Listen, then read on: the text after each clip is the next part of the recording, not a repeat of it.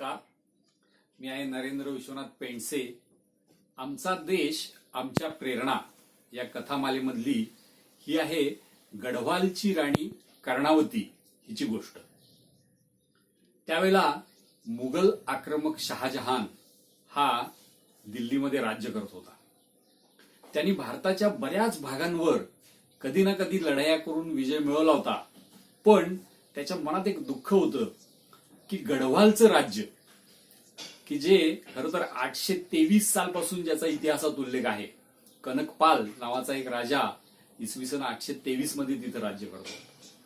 ते गढवालचं राज्य इतकं कडवं होतं आणि हिंदुत्वाशी इतकं बांधील होतं की ते कधीही मुघलांना बळी जायचे नाही. ते मुघलांचे मांडलिक सुद्धा झाले नाहीत आणि कधी मुघल त्यांचा पराभव सुद्धा करू शकला नाही. सध्या तिथं जो राजा राज्य करत होता त्याचं नाव होतं महिपाल. हा महिपाल आणि त्याचं सैन्य हे अतिशय लढाऊ होतं. कुणाचंही आक्रमण ते मोडून काढत होते आणि उत्तरेला पार तिबेटपर्यंत ते स्वाऱ्या करायचे. पण दुर्दैवानं अशाच एका लढाईमध्ये या महिपालाचा मृत्यू झाला आणि मग मात्र शहाजहानला संधी मिळाली. त्यांनी नजाबत खान या आपल्या सरदाराला 30,000 सैन्य घेऊन गढवालवर पाठवलं. गढवालच्या पहाडामध्ये हे सैन्य शिरलं. पण राणी कर्णावती, की जिचा मुलगा फक्त 7 वर्षांचा होता, ती अतिशय चाणाक्ष होती. तिचे गुप्तहेर दिल्लीपासून गढवालच्या सीमेपर्यंत सर्वत्र पसरलेले होते. ते रोजची बातमी तिला आणून देत होते. पहिले 2 दिवस तिने या सैन्याला गढवालमध्ये शिरू दिलं. दुसऱ्या दिवशी रात्री, मध्यरात्रीच्या वेळेला जेव्हा सगळं सैन्य विश्रांती घेत होतं, त्यावेळेला अचानक तिने या सैन्यावर हल्ला चढवला.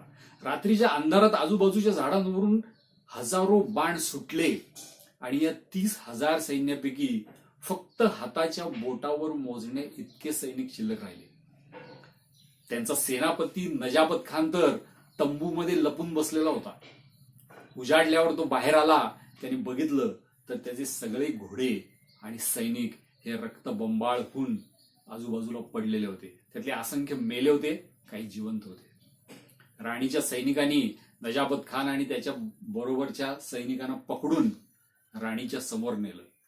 राणी तिथल्याच एका टेकडीवर एक लाकडांचा चौथरा करून, जणू ते सिंहासन आहे अशा पद्धतीने आपल्या मुलाला, राजपुत्र पृथ्वीपत शहाला घेऊन बसली होती.